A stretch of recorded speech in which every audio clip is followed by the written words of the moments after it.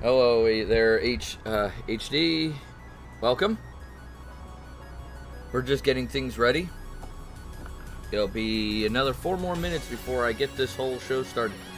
I'm doing alright. I'm trying not to cough too much. Had viral pneumonia last week, so I am attempting to not cough too terribly often.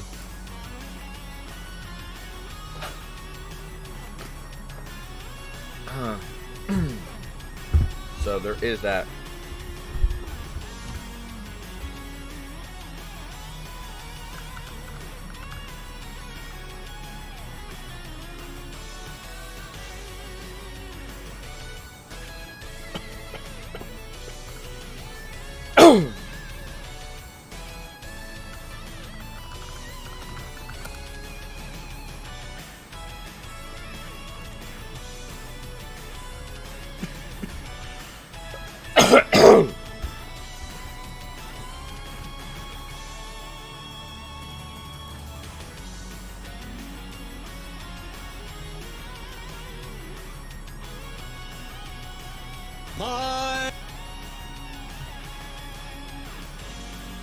Came from Sky's Discord. Well, welcome. I should thank Sky for sending you then. I've known Sky for a little while. Me and Sky, I believe, used to work together in McDonald's back in the day.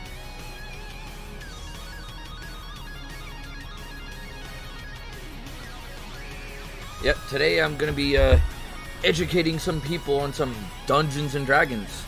That's what I'm going to be talking about. Going to teach people how to play a character, build a backstory, all that wonderful jazz. Kind of what we're going to be teaching people today. There's going to be some nice pictures and going to be some nice discussion. Oh, thank you for following, man. Thanks. Welcome. Welcome to the community. Alright. Got about a minute. Okay.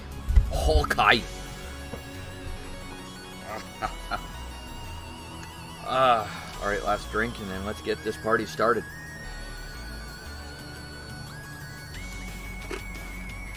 More water.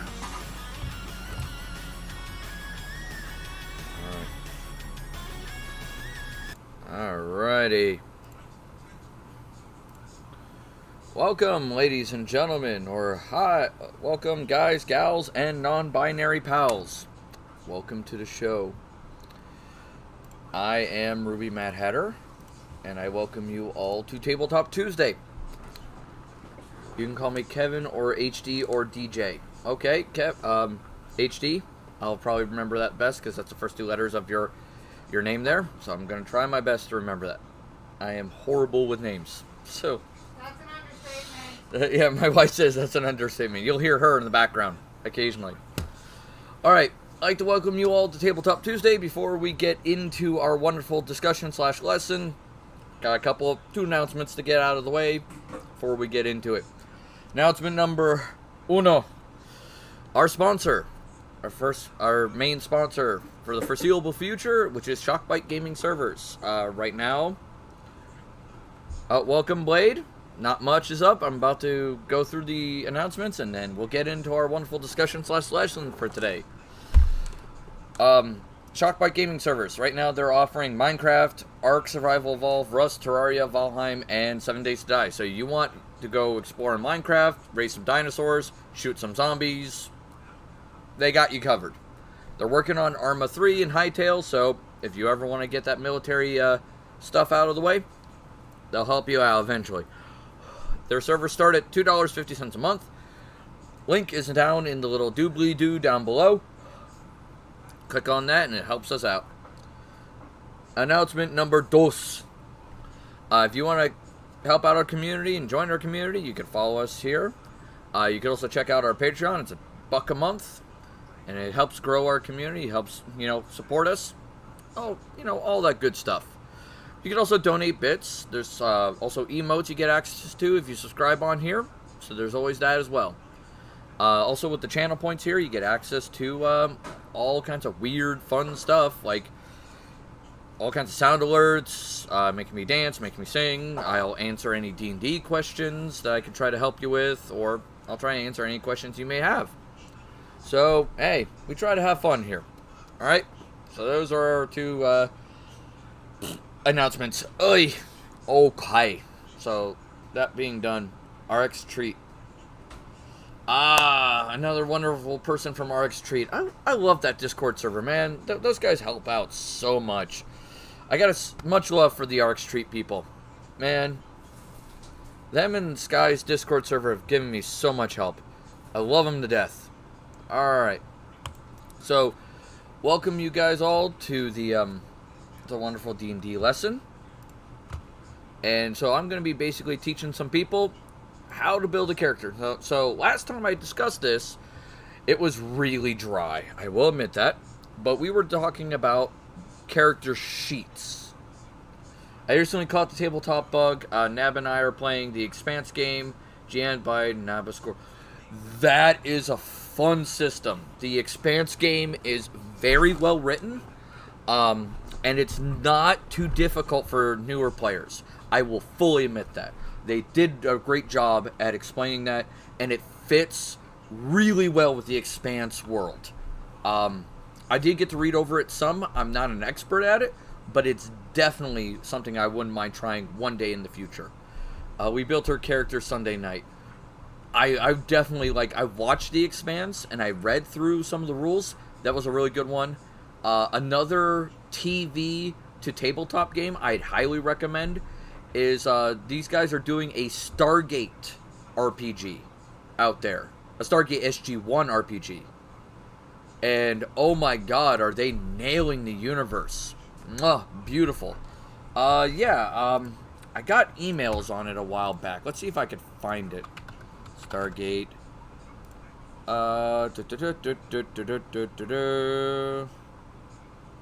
See if I can pull it up for you guys real quick. Pull that up for you. Right here. Yeah, here's the website. Right here, guys. I'll put that up in-game. So this is the website right here. It's called Stargate the RPG.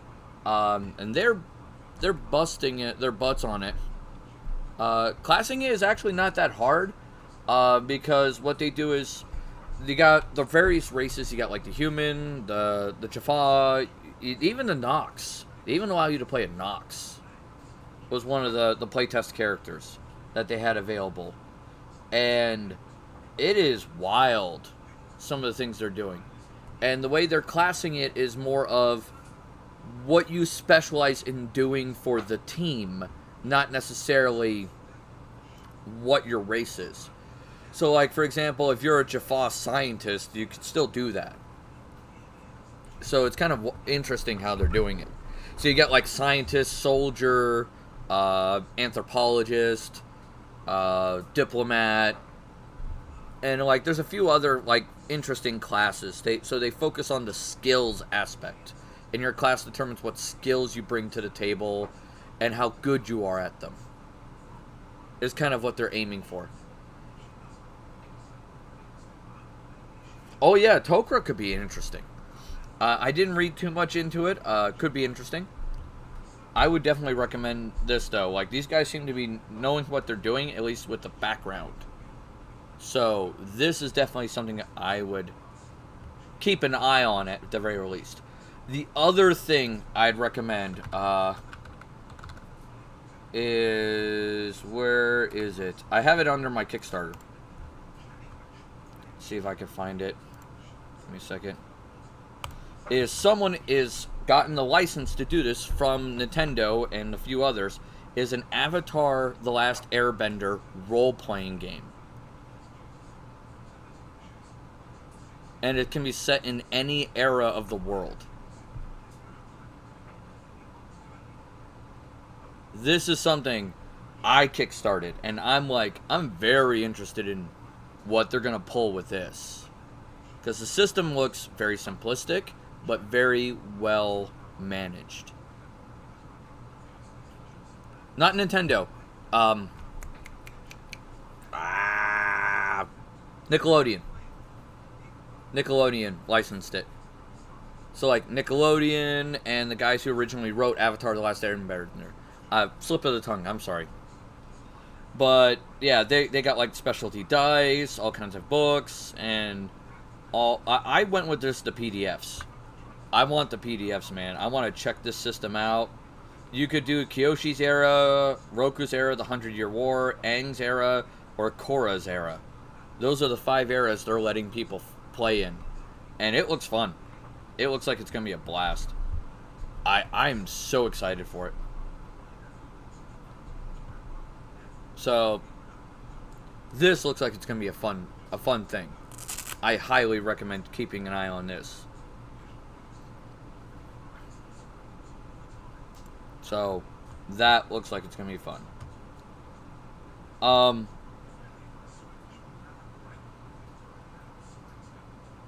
Yeah, sometimes books are super expensive, and it's really bad. I feel really bad for one website that went down recently. Not too long ago, it went down, I think, I want to say June or July. It was called The Trove. It got accused of stealing. And depending on your point of view, that's true or it's not. It's up to you. I'm not going to argue which side of the fence I fall on that. But they had almost every RPG book known to man. Often what I would do is, if I heard about a system or a book, I would check it out on the Trove and see if it was any good. And then I would actually spend money on the book. I'd be like, okay, this book is worthwhile. I'll go get it. And then I would do that. That's kind of what I would look into. Yeah, I can see why I got shut down. Like, don't get me wrong. I understand why I got shut down, because some people were pirating off of it, and I get it. But at the same time, some of the sites that were trying to get it shut down don't understand that they're like, oh yeah, piracy, like, we shut it down, now piracy is gone for books and stuff. And I'm like, I'm sitting here going, you guys don't quite get it.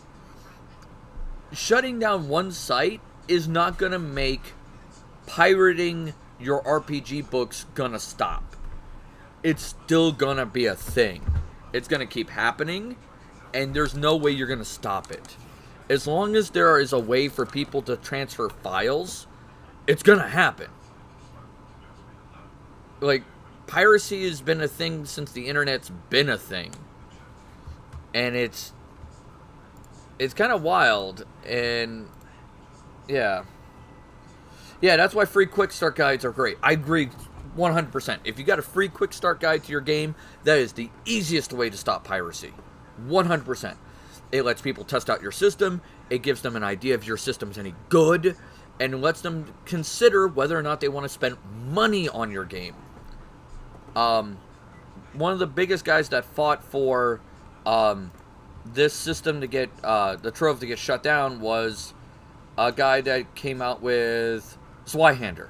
That was his system. He was like, oh, I'm so glad that, I came up with Zweihander. I want it gone, da-da-da-da-da-da.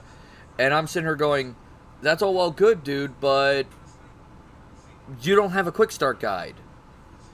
And that's not cool, man. At least initially. And then the other thing was, he goes, oh, if people want a book from me, all they gotta do is just, ask me for it. And, we'll consider it on a case-by-case basis. And I'm like, that's kind of not cool. Like, basically, people coming to you and begging you for a book does not make people want to buy your book. It's kind of not a good feeling. It's just like, Like, most human beings don't want to beg for something. At least I've found. That's at least from my experience. Like, they don't want to beg. They just want something quick, something easy, something they can just peruse over real fast and call it a day. So there is that. But it is what it is. Alright. So, one of the things I want to discuss today was, I wanted to help people build characters, but not in any particular system. Alright?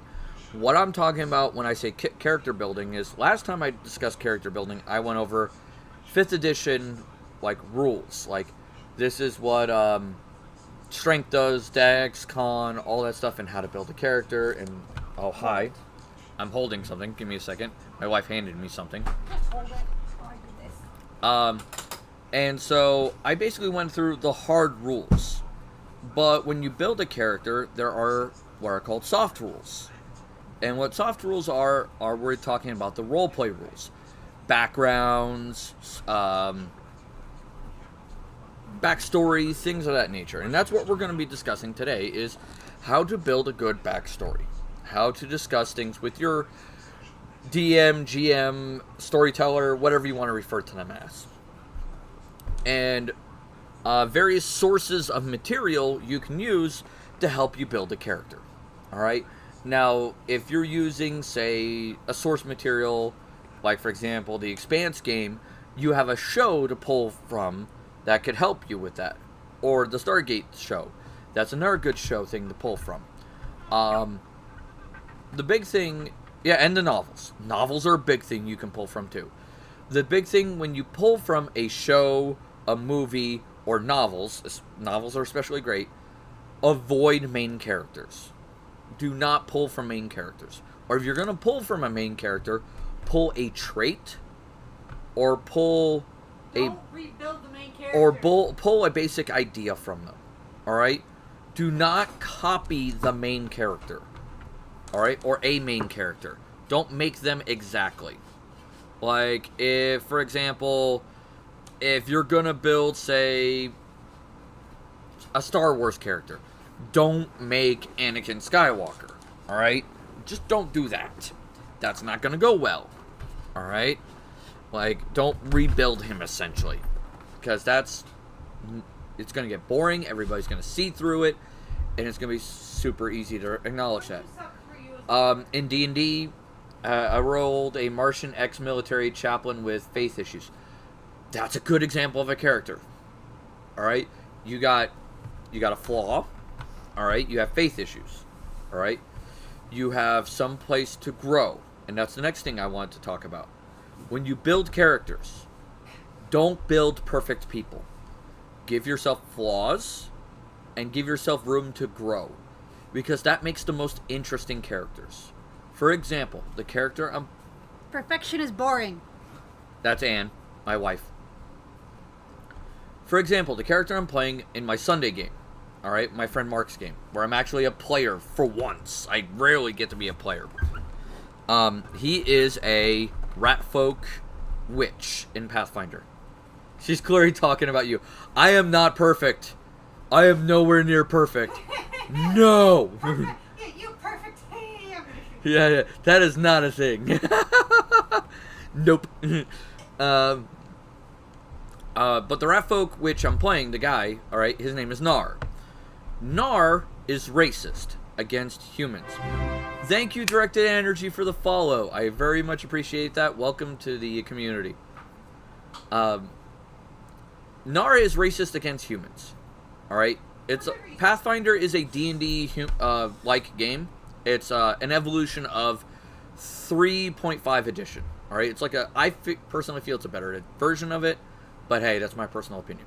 Anyway, he's racist against humans because his personal experience has given him a negative view of humans.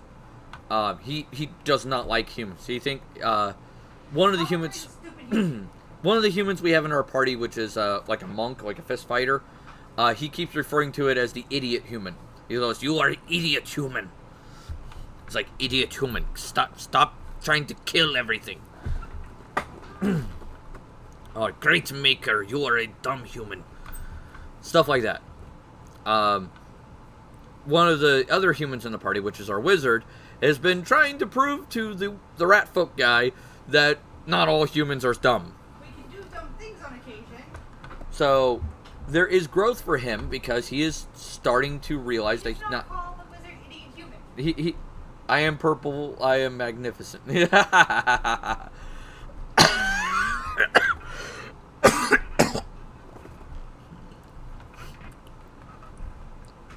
Okay, in purple, I am magnificent.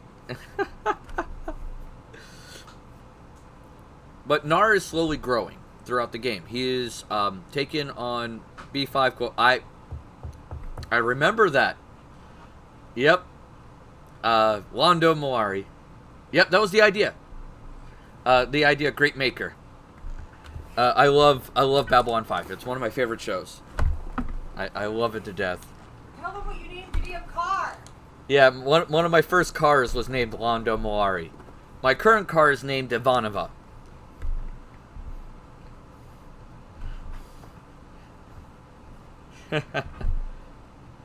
Yeah, my personal favorite interactions in Babylon 5 are straight up the interactions between Londo and Jakar, and the interactions between Marcus and everybody else in the show. Especially when, like, Marcus got into that big bar fight, and, like, Lanier basically comes up to him, and, like, Lanier's just, like, looks around, and he goes, Lanier's like, okay, what happened? He goes, like, Marcus just goes, I was told I had a bunch of repressed anger.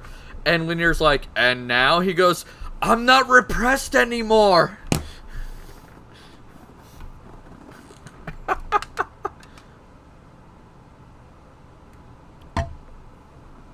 Yeah, love that show. But Nar is growing. He is taking on the monk character in the Sunday game as... That whole sequence was clearly a tabletop session. I'm fairly certain it was. I am certain that Trzynski was a D&D player, and at some point, some of the things that have happened in Babylon 5 had to have happened around his D&D table. There are no other explanations to it. Like, the way Kosh acts, the way, frickin' Marcus acts. I mean, there's just no other explanations in my mind. It's just like my headcanon. But Nar has taken on the monk as kind of like a pseudo-child. He's just like, he's trying to teach the idiot human to not be so stupid. He's like, idiot human, you need to stop kicking down doors. Or, idiot human, look for the traps before you step on them. Do not walk face first into the trap. Yeah, things of that nature. I got company coming, gotta run. It was fun chatting. It was fun having you, alright? Thank you for coming, Directed Energy. You have a great night, man. Alright, so you always leave your character room for growth, alright? You gotta make sure you do that, guys.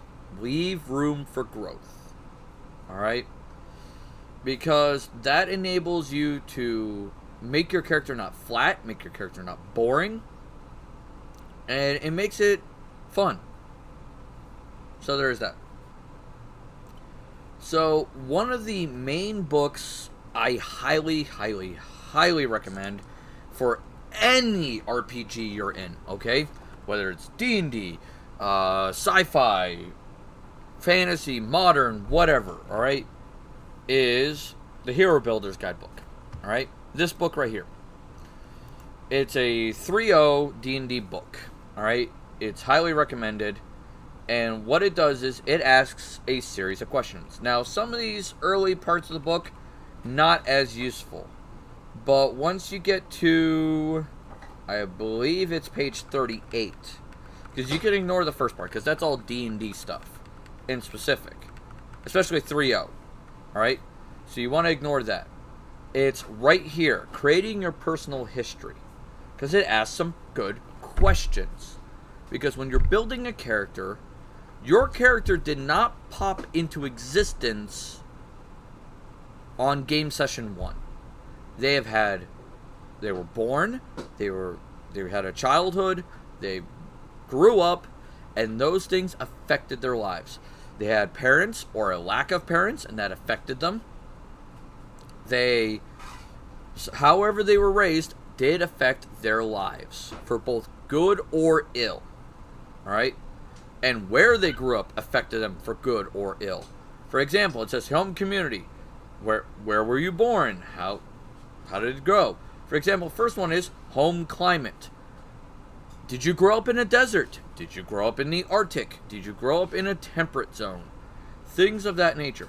What was the area you grew up in? Because, for example, think about your own personal life, alright? I personally grew up in a colder climate, so I'm more accustomed to the cold. But if I get to a warmer area, I'm not as, of a fan of it. But I'm used to it. Alright? Thank you, hun. Or not.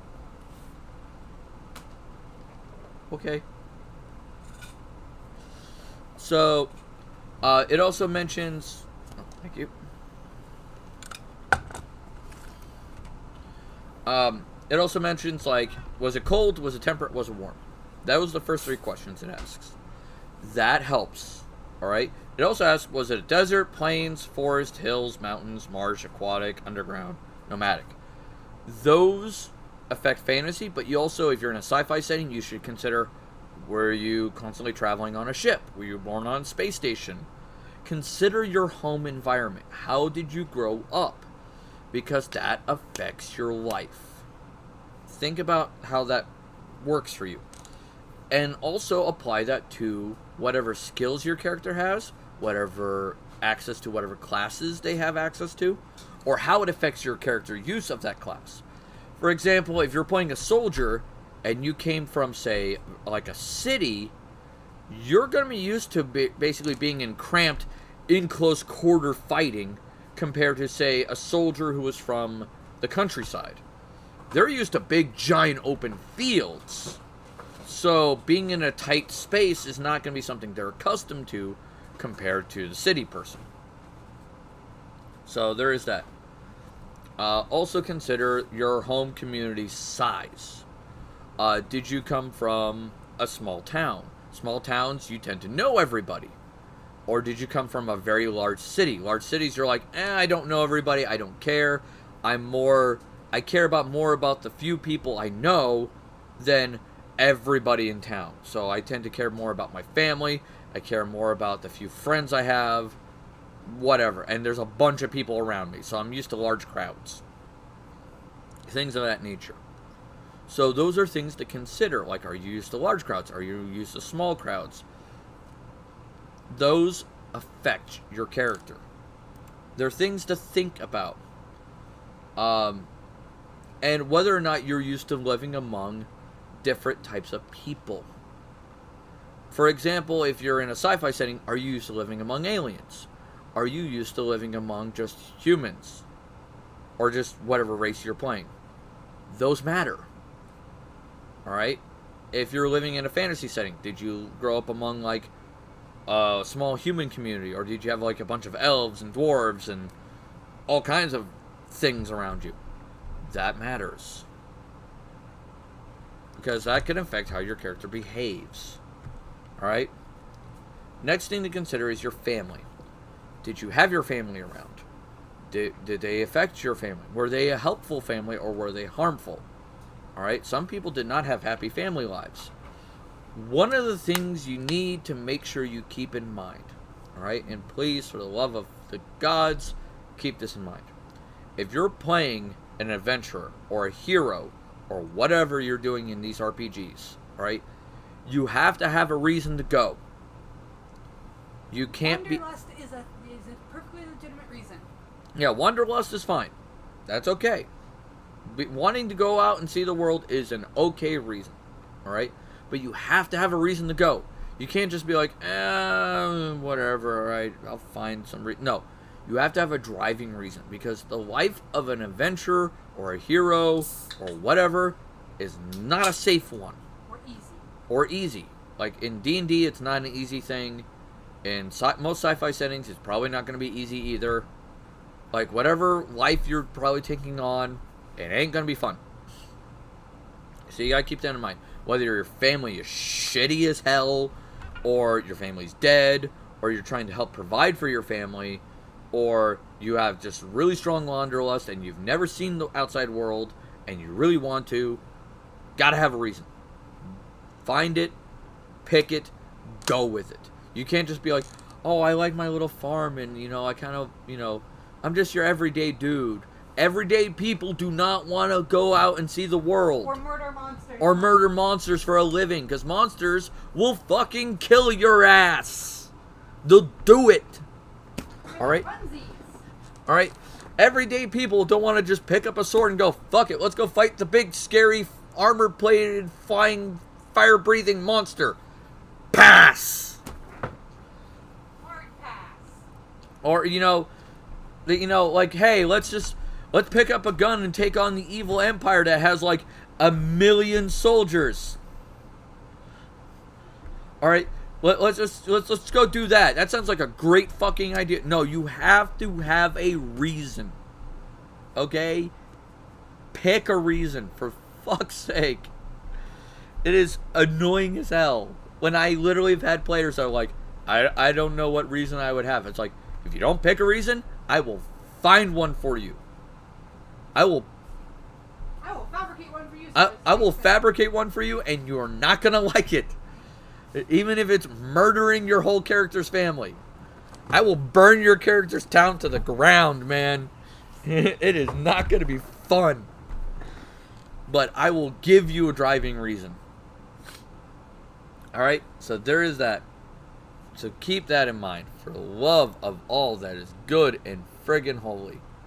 Just please, please, please. Alright? Just do it. Oh my god. You gotta do it. Alright? Easiest way to piss off my DM. Or storyteller. Whatever fucking name he's supposed to be for this game. Yeah, whatever reason. I made that mistake once. Yeah, she made the mistake. First character. Yeah, the first character she ever played, she picked something. She picked her character, she grew everything up, and all that things, got her all ready. Didn't pick a reason why she wanted to go. And I'm like, okay. That didn't go well for her. No, you murdered my entire family off. Yep. I murdered her family. Very torturously. One by one. Yep.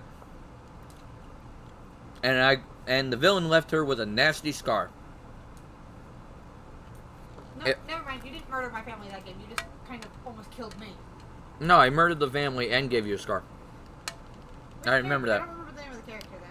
I don't remember that character then. I think it was Liana. The first Liana? Yeah. Oh yeah, the first time I played Liana. Jai was in that game. Yep, Jai was. My family. Yep. Dead family and scar. So there is that. Make sure you have a reason to go on the adventure. Alright, next thing. Consider your family's economic status. Alright? If you're going to be from a poorer family, you're less likely to be certain classes. Alright? Alright, you're less likely. Unless you have a really good reason to pull it off. For example, if you want to play a wizard, you're likely to be more of the upper echelon, like middle class to high class society. Unless your country or empire or whatever you're in has a program to find those who are skilled in magic and are likely to recruit people to do so. Alright? There is that. You can do it that way. So keep that in mind. Same thing with clerics. Clerics are a little different. You can get kind of blessed by your god, but certain classes are less likely if you're not well-to-do. Paladins. Yeah, paladins can be either way. You could be blessed by your god, like really strongly, or just in a knight order. So keep that in mind. But keep in mind your family's economic status. Alright? When you build your backstory. Whether they're rich, whether they're poor, or middle class. And don't be afraid to be middle class. There's nothing wrong with it. You can be like, yeah, my family was a merchant family. They do okay. They're not rich, but they're not poor. They get by. My characters were from middle class families, except for the one. Yeah, they get by. They do alright. So there's that. And not every hero has to be an orphan. Don't have to do that. That not boring. It's boring, okay? Family social standing is the next thing. Alright, let's talk about that. Your family's social standing is how well they're viewed by the rest of the community. Alright? So no matter how rich they are or how poor they are, this is like basically, they can be really rich and the community hates their ass. Be like, yo guys, you are scum. Or they can be poor and the community loves them, and that's why they stick around and they do well. Or the opposite, they can be really rich and The community loves them, or they can be really poor and the community hates them. It is... Or anything in between. Or anything in between. It is craziness, it is wild, and you can do a lot of stuff with it. Your family could also be new to the area, so nobody knows who they are. You could be all criminals, or have a few prominent criminals. Your family are primarily slaves, lower class, skilled trader merchant families, positive, religious, arcane, monistic, or military traditions. Those are always fun. Like, even in a sci-fi setting, you could be like, oh yeah, my family is always soldiers, and they wanted me to be a soldier, but I decided that I wanted to be a scientist instead. That's one way to play it. Or sometimes you're like, yeah, all my family are soldiers, so I became a soldier. That happens. There's also negative, where it's like, yeah, my family had a traitor in the past, and so I'm trying to rebuild my family's reputation. Boom. So there is that. There was 2 birds with 1 stone. Yeah. Gives you a reason to adventure, and it gives your family a social standing. Boom. Awesome. Alright. Family defense readiness. This is how well your family can defend itself. This you really need to consider with the money. Okay? Because if your family is poor, it really should be on the lower end of defense readiness. You really shouldn't be on the high end of defense readiness if you're poor. Because where are you getting the resources to defend yourself? Alright? It makes no sense. Have a monochrome of common sense with this. Alright? Whether that's in a fantasy or sci-fi setting, make sure you have that and keep in mind. Alright? The more money you have, the more likely you'll have a higher defense readiness. The more likely. There are some rich people who have defense readiness of garbage. There are some poor people who can have very good defense ratings if they're in an area they're familiar with and they're prepped for it. Yeah. Middle of the freaking woods. It's very rare for a poor person to have good defense readiness, but that takes a lot of time, it takes a lot of planning, and it takes them to have to know the area very well. So keep that in mind. Alright? So there's that. Ethics. Alright, you got what's called private and public ethics. It's your family's private face and their public face. And they're always going to have it. Alright? Very few people match up. Alright, now, the public and private can match up on occasion. But, sometimes it doesn't. Alright, so keep that in mind. Does your family's private views match up with their public views? Does your family, and what kind of views are they? Are they good views? Are they bad views? Are they in between views? Are they straight up fucking evil people? Are they like the type of family that's like, yeah, we're just gonna kidnap people and kill them for the funsies? Yeah, let's just do that. Alright? Yeah, let's just kill family members for the funsies. Let's have that. Go. Dark Eldar, anybody? So, there is that. So, keep that in mind. There are good family members, too. We're upstanding community members, and we're going to help people, and we're all good. Alright? Public is whether or not they are good or not. They could have change, or they can even be beyond reproach or beneath contempt. Basically, they're considered so good that their reputation cannot be besmirched. You cannot do anything to hurt it easily.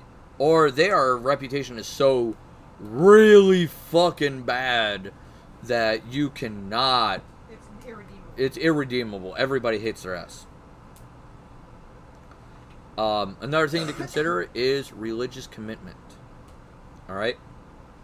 How religious is your family? Alright? And that's important to know. Because some families are very religious, some families are not. And what is your family's religion? Because that is something you need to know. Alright? Keep that in mind. What is your family's religion in game? Because if your family worships an evil deity, and they're keeping it secret, you have the opportunity to really do some fun things. Alright? So there is that. Family's reputation. That's kind of similar to public ethics. It's how does the community view you in public? Like, are they good? Are they bad? Is there a few bad sheep here and there? Things of that nature. Political views. Alright, remember how I said families have whether or not how religious they are? Every family has political views too. This applies especially in modern and sci-fi settings. The more information is able to be made available, the more politics becomes a thing. Alright? For a society. And people will argue it. Alright? So it means in a fantasy setting, political may not be so much of a thing. It could be like, we don't really care. Like, we have enough problems to deal with that we don't really care about politics. In a modern or sci-fi setting, it is extremely rare for an entire family to be apolitical. Alright? I have not met a single family yet that is. Yeah, it is very, very rare. So if you're playing in a modern game or a sci-fi game, you should probably give your family some sort of political stance that meets into the game. Alright? Whether it's helping the party, hindering the party, agreeing with the current government, disagreeing with the current government, whatever it may be. Talk with your storyteller, GM, whatever. I'm going to refer to them as GMs from now on. Talk with your GM about it and make sure that they understand and work with them. So that you work out some sort of interesting story with it, possibly. If it's going to be something they want to do. Another thing you need to talk about, or at least work into your family's story, is a family power structure. Who's in charge of your family? Every family has a power structure. Alright? It's not always dad or grandpa in charge. Yeah, it's not always dad and grandpa in charge. Sometimes it's grandma. Sometimes it's mom. Alright? So there's unorganized. Some families don't have a power structure very well, and those tend to be very loose-knit families, and they don't talk. But 9 times out of 10, there is a power structure. Alright? It could be oldest member controls the family. Alright? So you got that. You got patriarchy, which is male members control the family. Matriarchy, female members control the family. Meritocracy, members with the most talent control the family. These are usually business families do this a lot. Alright? So, like, if you're doing a modern or a sci-fi setting, this is like the conglomerate family, the family that owns, like, this big, giant, super conglomerate. That tends to be a meritocracy family. Like, it'll be usually, like, grandpa, who's been the CEO for a while, is like, hey, I need an heir. I'm going to check out, see which family member does the best job. Go. And there's going to be a lot of fighting for that. There's divided, which is families are fighting over leadership. This is really common. That's often, actually. External, the family's led by an outsider, like a liege lord or a person that the family's sworn to support. In a fantasy setting, that's the case. In a modern or a sci-fi setting, not so much. Sci-fi can be captain of the ship. Yeah, sci-fi can kind of be the captain of a ship, but it depends on really the setting. More often than not, the more modern the setting, the less likely the external power structure will be a thing. And then the last one is called Domination. A violent or dangerous family member rules the family through fear. That can happen. And that can create an interesting reason for why you got the fuck out of your family. You're like, I'm gone!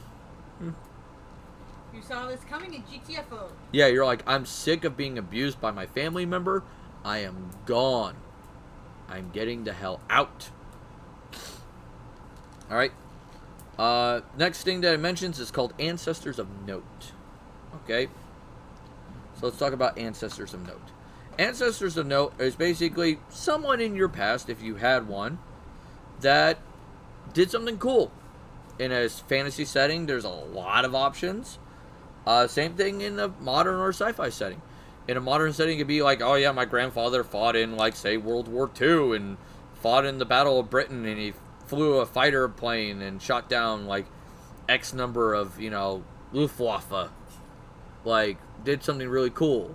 Or he stormed the beaches of Normandy and took this bunker and got X number of medals. Like, he got really famous. So there's that.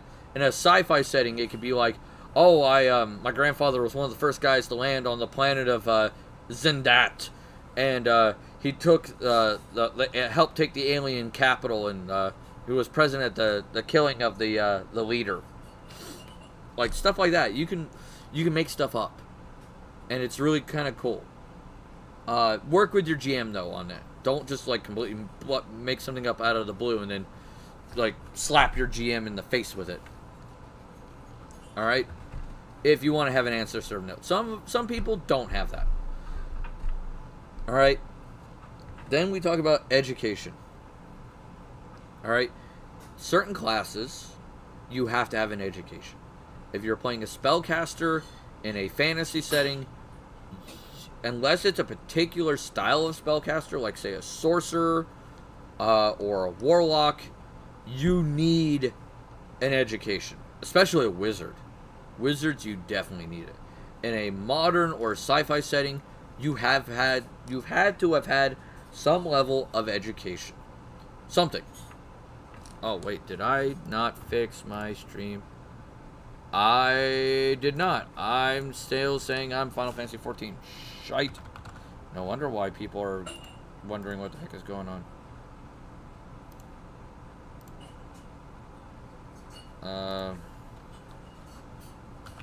I'm sorry. I just realized I forgot to fix my tags and stuff. Whoopsie! My bad. I had several people come in and then they left because they thought it was Final Fantasy 14. Whoops. Been sitting here talking for 40 minutes and I just realized I left it on Final Fantasy 14. My bad. Early education. Alright, so let's talk about early education. Whether that is outdoors, book learning, religious, arts, multicultural, business, politics, or in some fantasy settings, magic. Early education is like you're a child. Things of that nature. So think probably ages 4 to about 12. In that age range. Aim there. So this is that level of education. Alright? Aim for there. I got a hydrate from HD. Thank you, HD. Drink.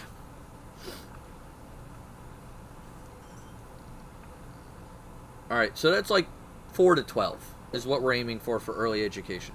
So think about what kind of education you have from ages 4 to 12, and that would be your early education. Then you have formal education, which is like 12 to 18. And consider that. That could be like agriculture, history, politics, religion, natural history, arts, math. It can even be the school of hard knocks. You could have lived on the street and dealt with all that kind of crazy shit. There's a lot of fun things you could do. And so there's a lot of ways you can work in that. Then there's learning a trade. Everybody has learned a trade in their lives, whether you realized it or not. Whether it's, farming, politics, military training, computers, whatever. You've picked up a trade, alright? Now, mind you, it might have been through your job history, it might have been through some formal education, or it might have been, just wandering through life, and you're like, oh, hey, I picked up these set of skills. That's learning a trade. So keep that in mind. Those are the 3 levels of education you need to make sure you keep in mind. So keep that in mind. Think of learning a trade for wizards like going to college. Wizards are like going to like having a college level education in fantasy. So there is that. Life events. If you're gonna try to think of, if I'm going to do life events, this book breaks it down into early, youth, and pivotal. Alright? Early, they got like survive childhood danger, witness, astronomical event, personal epiphany. Youth events are like battle, adventure, politics, great romance, discovery, and then pivotal events, there could be any kind of pivotal event, like all-out war, community crisis, religious awakening, cultural shift, or no pivotal events. My recommendation is try to come up with, in your character's history, 1 to probably at most 3 pivotal events in your character's history that formed who they are outside of your family, right? Like your family affects you, your community affects you, and then the third one is the pivotal events. All right? Those are the 3 big things that affect who you are as a character. All right? And that basically builds you into this character. All right? And makes you who you are. And sometimes, like, a pivotal event could be basically what made you go, hey, I saw bandits basically attack a bunch of people, and I picked up a sword, and I decided to become a fighter. Or a paladin, because of that. Boom. There's your reason for becoming a paladin in a fantasy game. Or, like, you saw a bunch of guys rob someone, and you picked up an energy pistol in a sci-fi, and went, blam, blam, blam, blam. Boom. You decided to become a soldier at that point. You learned how to shoot a pistol. Stuff like that. Then you gotta take into account the next step. Relationships. And when I say relationships, I'm not talking about dating, your wife, any of that. That is part of it. Alright? I am also talking about your relationship with your parents. Are they alive? If they are, what's your relationship with them? Is it good? Is it bad?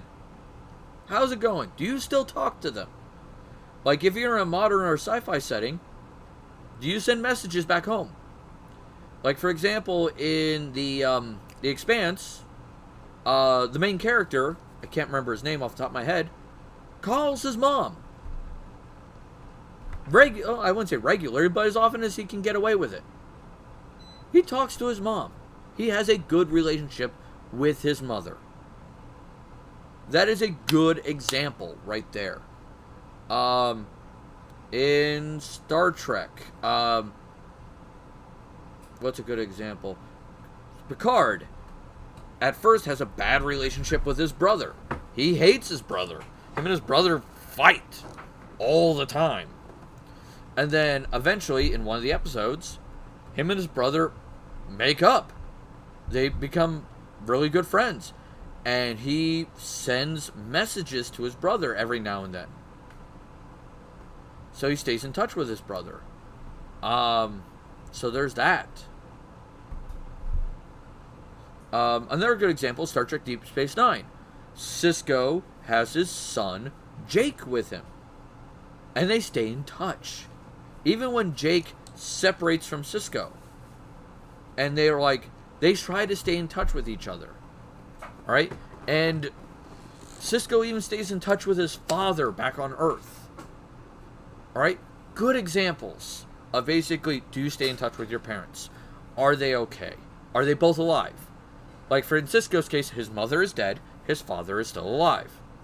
Boom. So there is that.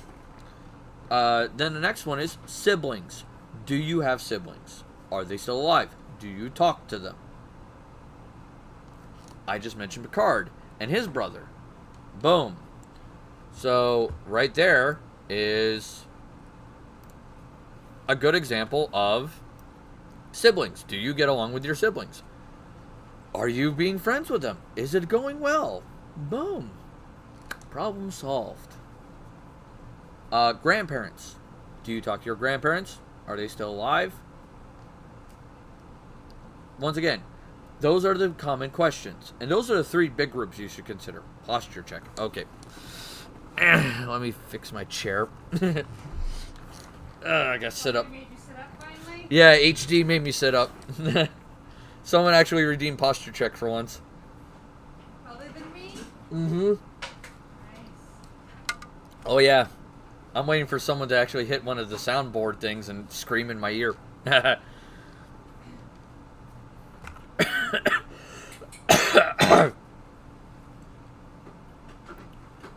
Another thing you can also consider is extended family. Cousins, aunts, uncles, things of that nature. Same questions with your parents, your siblings, and your grandparents. And how many do you have? Do you have a big family? Do you have a very small family? Is a very tight-knit family? Or do you guys are so bloody huge that you barely talk to each other? I mean, good lord. There's so many questions you can go with it. And if you have such a huge family, and you're so scattered out, can you, like, in, like, say, a fantasy setting, can you go into practically any town and find a family member? Be like, oh, hey, it's cousin Bruno. Hey, how you doing, buddy? Stuff like that. Like the Italians. Like some Italian families that have such a giant family that are like, you can't go anywhere without running into a relative. It's like, Jesus. Good gods. Welcome. It's craziness. So you could have a really big family, or you could have such a small family. There is that. And then there's friends. Do you have no friends? Do you have very few friends? Is your mate... Is one of the few friends you have lost and you need to find them? Or do you have so many friends that you can't go anywhere without being recognized? That's my problem in real life. Like, me and my dad have made so many friends in our little town here that I cannot... Friends, you just know that many Yeah. people. Yeah, we just know that many people that I cannot go to the grocery store without being recognized. Because I look just like my dad. I cannot do a 5-minute grocery run without it taking an hour and a half. Yeah, we can't do it. Then there's, of course, enemies. Do you have enemies right now, other than what you're going to develop in-game? Alright? How severe of an enemy are they? Like, are they just a little annoyed with you and they're just going to sneer at you and kind of make fun of you, kind of like a bully? Are they a jilted lover and they're just going to basically go, hey, I'm going to kind of try to wreck your day, at least socially? Or are they someone who really wants to end your life? And like, they are really, really angry with you. And how powerful is that enemy? Some of them are very weak and may not be able to accomplish much. Some of them are very powerful and are like local lords, or say local politicians, or a police chief, or whatever it may be, and they may try to friggin' mess up your day. Alright? So there is that. And your instructor. Like, did you have an instructor of note? And did that instructor help you out? Like, were they super helpful? So there's that. And then, so that is like a lot of really good background information that really helps build any kind of a character.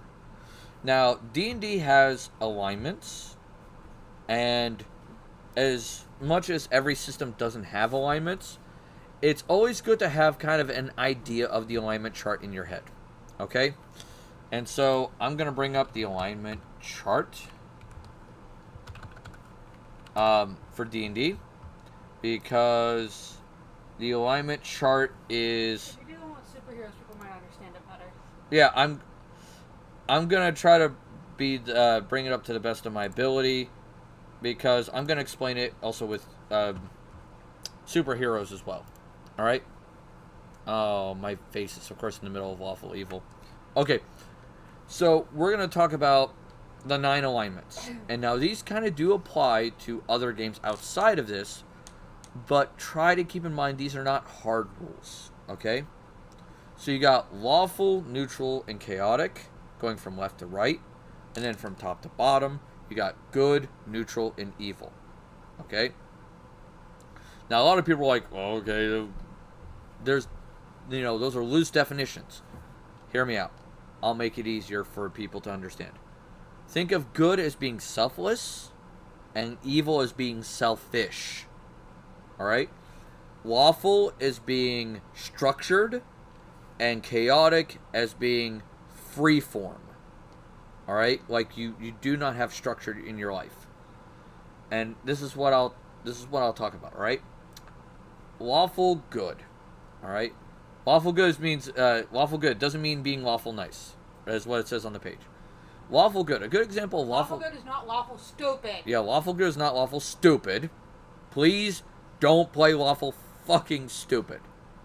All right, lawful good characters are Superman, Batman. Trying to think of any other good characters that are lawful good, other than those two main superheroes. Captain America is lawful good, for the most part. Those are all lawful good characters. I already said Superman.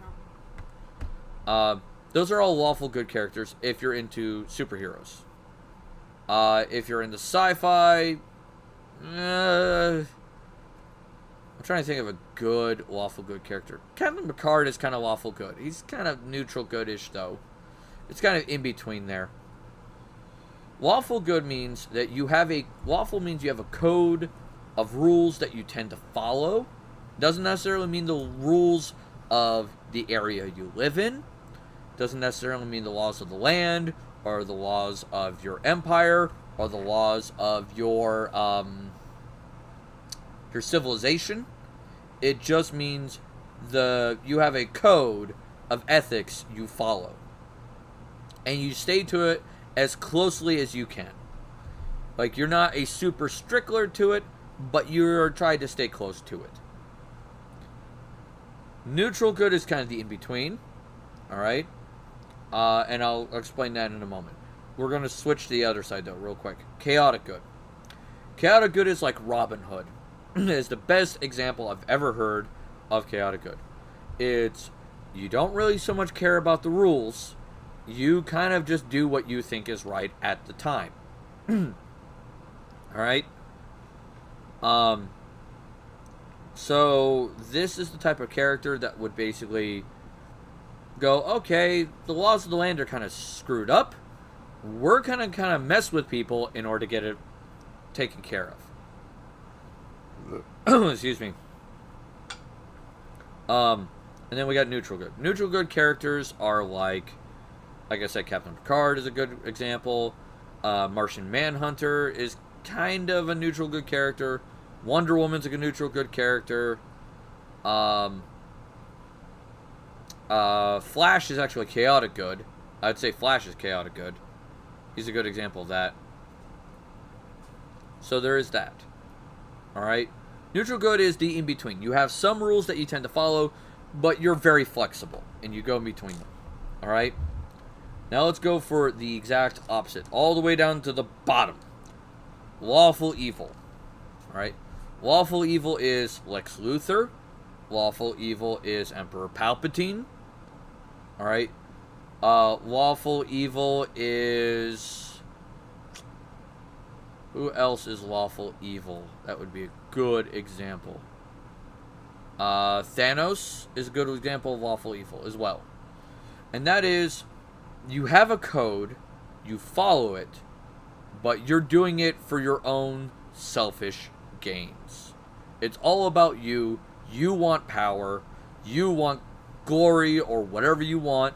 It's you. But you're using your code to accomplish that.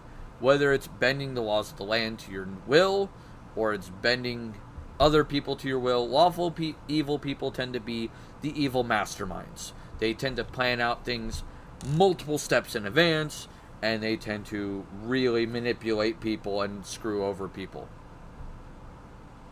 The quote under it is, "One nation under me."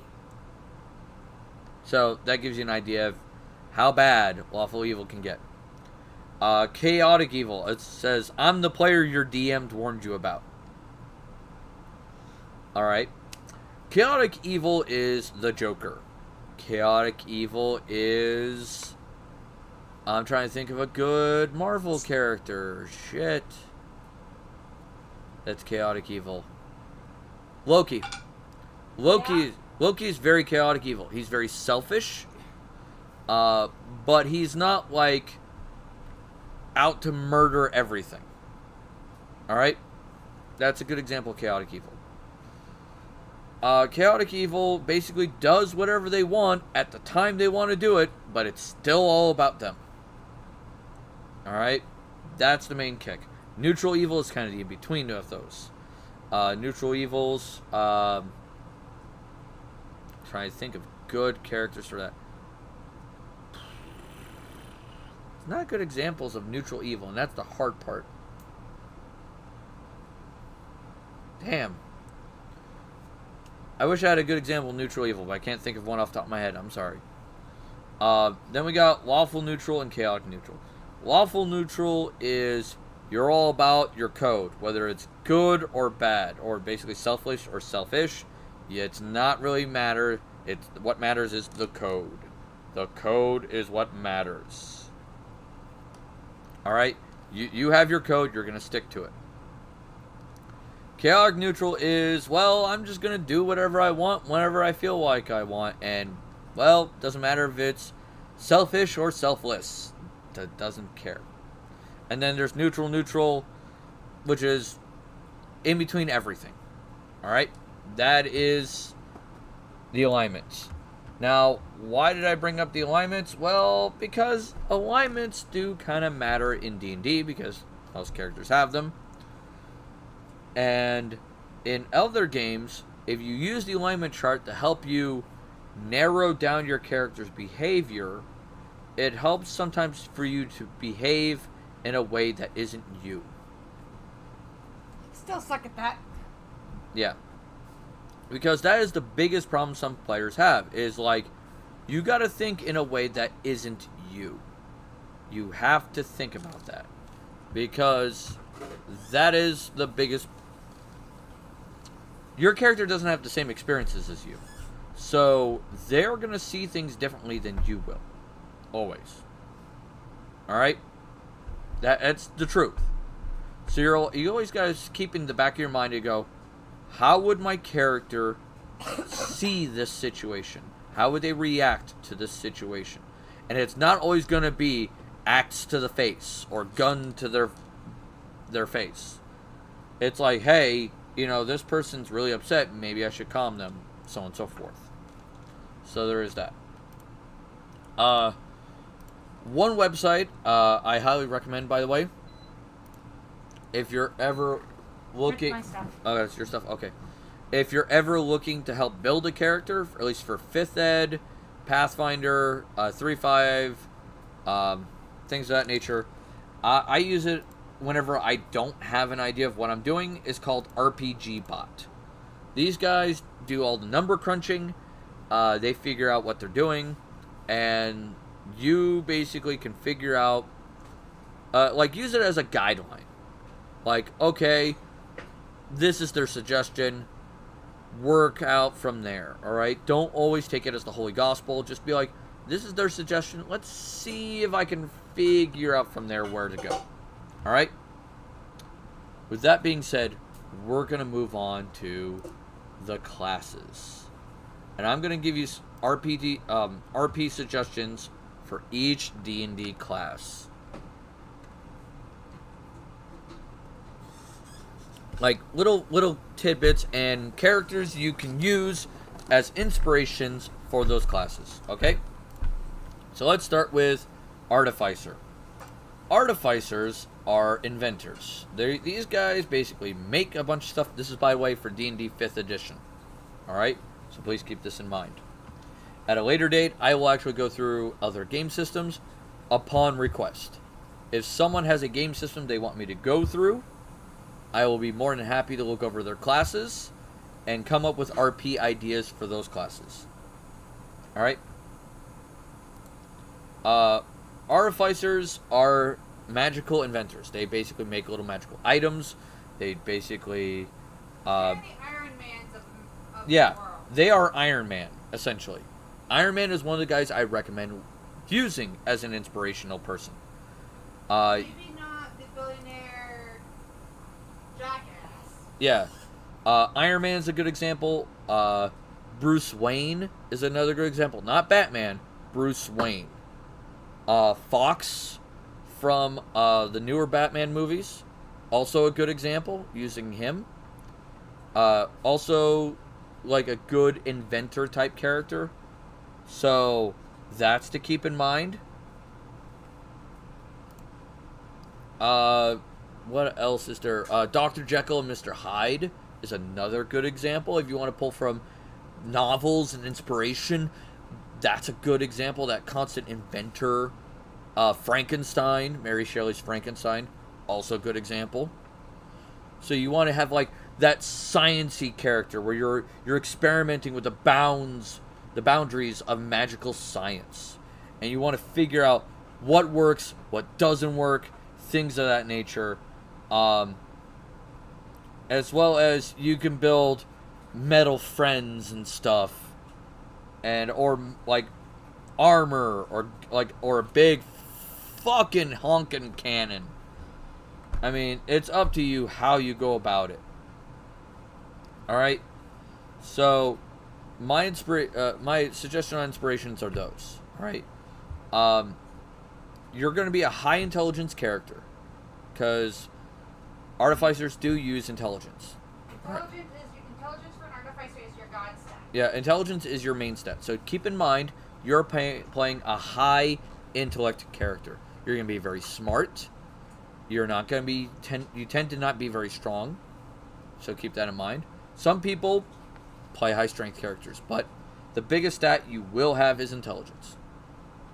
So you will have to play a character that is smart. You can be overbearing with your intelligence and basically treat everyone around you like they're dumber than you. Or you can go with like a Morden from Mass Effect and just be so out there with your intelligence that no one gets you. Like, you talk very fast, you're like, oh yeah, I gotta do this, it's like step 2, step 3, step 4, step 5, and then I gotta introduce this. Like, it makes no damn sense what you're saying. You talk very fast. Like you basically inhaled like literally 10 espressos, and you're literally shaking while you're interacting with everything. All right. So there are a bunch of things. Oh hey, someone did Bell as an artificer. That's cool. Oh hey, Iron Man as an artificer. Go figure. So artificers, like I said, high intelligence. You can play it off as that. So keep that in mind. And artificers tend to either work very much alone or they work as a team. Those are, like, I know that sounds like, well, duh. I'm like, no, I mean, either they're really alone, like they don't like working with people at all. Okay. They don't like working with people at all, or they're very much like teamwork people. Like, let's work as a team. Yes! One or the other. That's it. Alright? It's how it works with them, but it is what it is. Alright, that's artificers for you. So keep that in mind. Next class we got is Barbarian. Alright? A lot of people tend to play Barbarians as the big, honking, really stupid brute. Alright? I'm going to tell you right now, Barbarians do not have to be stupid. They may not be book smart, but they are not dumb. Okay? I'll give you an example of a smart Barbarian. Alright? And I'm actually going to pull them up on the screen. Say hello to Conan the Barbarian. Yeah, bum bum bum bum bum bum bum bum bum bum. Yeah, Arnold Schwarzenegger's Conan the Barbarian. If you watched Conan the Barbarian and Conan the Destroyer, you would realize this guy's actually not dumb. He's actually kind of smart.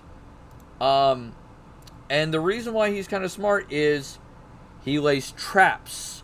He knows how to sneak. He actually knows how to fight a war. He knows how to forge. Alright? He understands various things. He is not dumb. He is not a stupid character. Alright? And so, as a barbarian, he even figured out how to deal with a tricksy wizard. All right, he is not a stupid character. He's not a dumb barbarian. So keep that in mind. Barbarians do not have to be stupid. All right, in older versions of D&D, they couldn't read, which was this really annoying thing for me. I was like, that's so dumb. All right, so there is that. But barbarians, the biggest thing they got is strength. Strength is their main stat. Constitution tends to be their second stat, which means you're going to be big, you're going to be beefy, and you're going to take a butt ton of hits. All right, so you're going to be big and tough. But once again, you don't have to be dumb. In fact, more often than not, barbarians tend to have a decent wisdom score, which means they are very life smart, not very book smart. So you basically don't have to be like, I smash puny man. You could just be like, no, I don't agree with that. No. It's like, or someone goes, oh, I know about this of from this, tome of knowledge, and you're like, that's nice. I learned it from that guy over there who just told me it. And I asked the question. So so basically barbarians don't have to be dumb. You also don't have to be not good at talking with people. You can actually be a social barbarian. There's nothing wrong with that. Alright? There is nothing wrong with being a social barbarian. So keep that in mind. It's funny to watch social barbarians. Yeah, and social barbarians don't have to be scary. They can be scary, but they can also be like, hey buddy, how's it going? Blap, blap, blap. Like, I'm friendly. It's cool. Let's have a drink. It's just like, wait, what? Also, barbarians, as a backstory, you don't have to come from a tribe. You do not have to come from the wilds, and you do not have to have basically strangled your first bear at age 14. You don't need to do this. Alright? The biggest things that you need to do with a barbarian is you just basically need to be able to fight and have breathtaking anger management issues. Alright? You have to be able to use your anger to basically hit people hard. That's the main shtick. That's what you got to be able to do. That is the thing. Alright, other than that, use some interesting backgrounds. I mean, you could be a barbarian sailor. You could be a barbarian who grew up in a city. You can be a barbarian that came from a noble family, and basically you were just like, hey, I just got angry all the time. I have anger issues. I got anger issues. Whoop. Or you grew up in a temple, and the temple just basically did stuff. It was like, cool, dude. It is what it is. I mean, dang, man. You got all kinds of options. And you can do all kinds of things with it. I mean, really. It is the wildest stuff you can do. Alright, so you got to keep that in mind. That's Barbarian for you. Bards. Bards. Alright, I'm going to say this. I'm going to say this very carefully. I'm going to lean into the mic, so I'm going to be slightly disappeared from the camera, alright? You don't have to fucking hump everything with a pulse.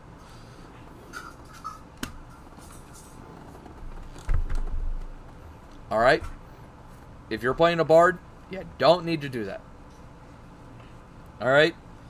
Bards are performers.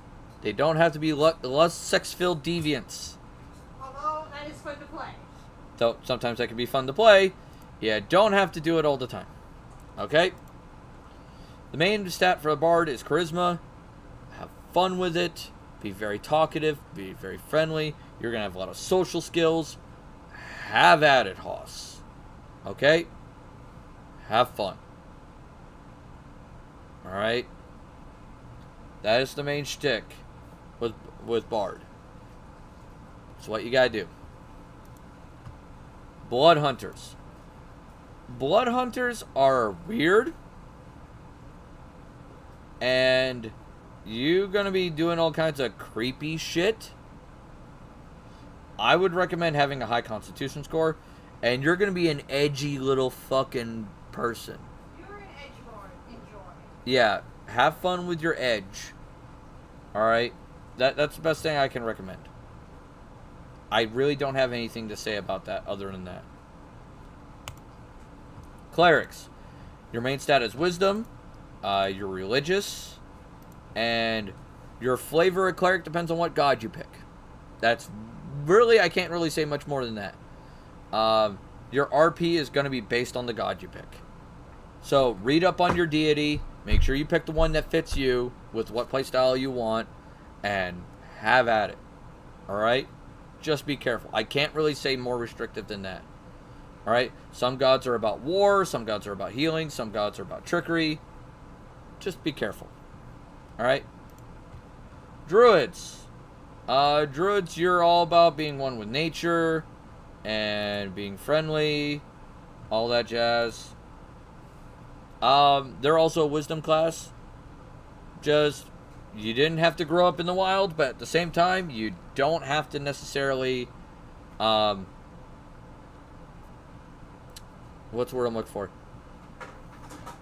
I wouldn't recommend growing up in a city. But, at the same time, these are the type of people that you can do some nature stuff, but you don't have to be a hippie. Alright? Druid doesn't necessarily mean...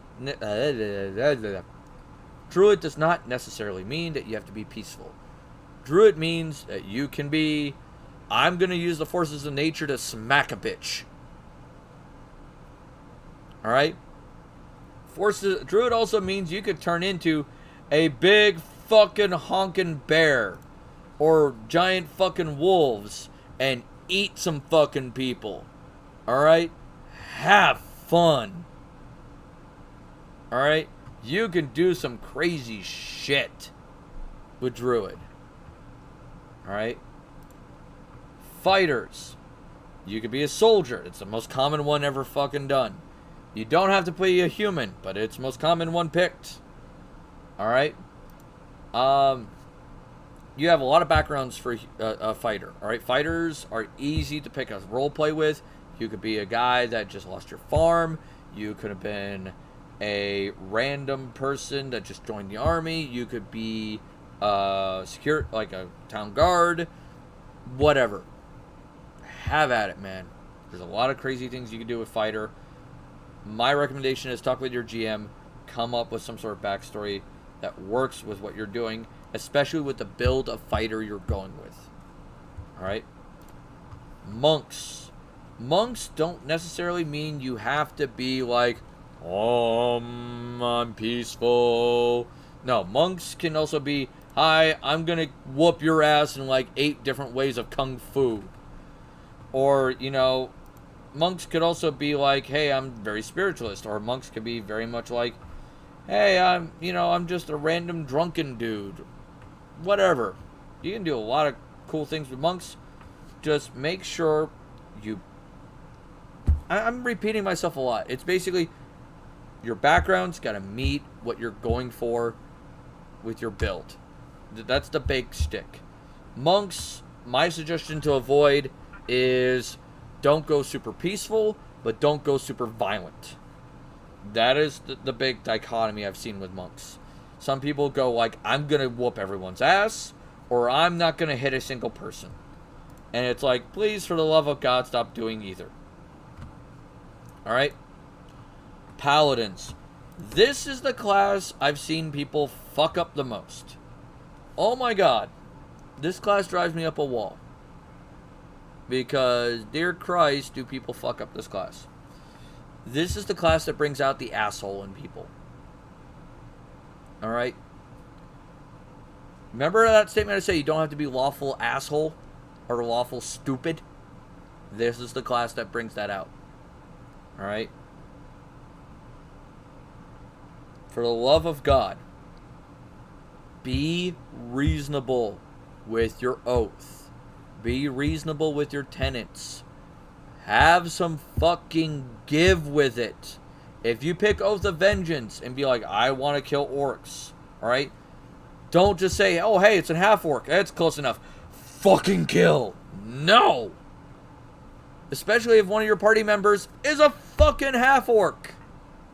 Don't do that. It's the quickest way to piss off your party member. Damn, man. Don't do that shit. Jesus Christ. Rangers. Biggest issue I've ever seen with Rangers is don't wander off by yourself. Don't think you're a party of one. Be a team fucking player. Got it? Don't fucking do that. Don't. Alright? Work as a team. Love a fuck. Alright? And you don't always have to be a wood person as a ranger. You could have been grown up in a city. You could be an urban ranger. Be like, yeah, I track down people in the city all the time. Boom. Problem solved. Rogues. Oh, rogues. Kings of the Edge as well. Alright? Do not... Like, part of your class does require you to be by yourself. But don't constantly think that you have to be by yourself all the time. Work with your team. Be nice. And be a good person. Okay? And don't steal from your party. Don't stab your party. Don't work against your party. Your party are your friends. If you help defend your party and work with your party, they will work with you and they will defend your ass when you get caught stealing from someone you shouldn't be fucking stealing from. Just Speaking the from experience. Yeah, just the rule of thumb. Sorcerer. Remember that thing I told you about the bard where you shouldn't fucking hump everything? Same rule applies to the sorcerer. Okay? But also with the sorcerer, you don't need to fireball everything. That's wizard too. That also applies with wizard. When we get to wizard, don't fireball everything. The solution to everything is not fireball. Much to Joe Cat's dismay. Yeah, much to Joe Cat's dismay. Alright? Need that. Okay. So please, love of God, don't fireball everything. Alright? Keep that in mind. You're going to be a charismatic character. If you have a bard in the party, the bard's going to be better at talking with people probably than you are. Keep that in mind. It's very rare that that's not the case. But it might happen. Work with each other. Be team players. That's the case. Warlocks. Alright. Warlock thing number 1. Keep in mind your patron. Your patron gives... Sugar daddy. Your plainer sugar daddy gives you a wonderful RP backstory that will progress with you through the whole game. So helpful. It's wonderful. It's great. It'll make your day However, so much better. your plainer sugar daddy or sugar mama may or may not want payback. Yeah. So keep that in mind. But also at the same time, don't edgelord your party members away from you. There's that. Wizard, same rules apply with Sorcerer, applies with Wizard. Don't fireball everything. Don't fireball everything. Don't think that... You're smarter than everybody. Well, you know you're smarter than everybody, but don't basically think that you should control the party at all times. Sometimes the talkers need to talk. Alright? So don't try to overrun them. Alright? So there is that. So that is that. And that's what I got for the lesson. It was an hour and a half long. So with that being said, I am going to look on Twitch and see who we got. Who do we have that we can help The out? Alchemy Records. Sounds like a spicy Ah. little- Okay, we got Pilot Dave, Jadzia.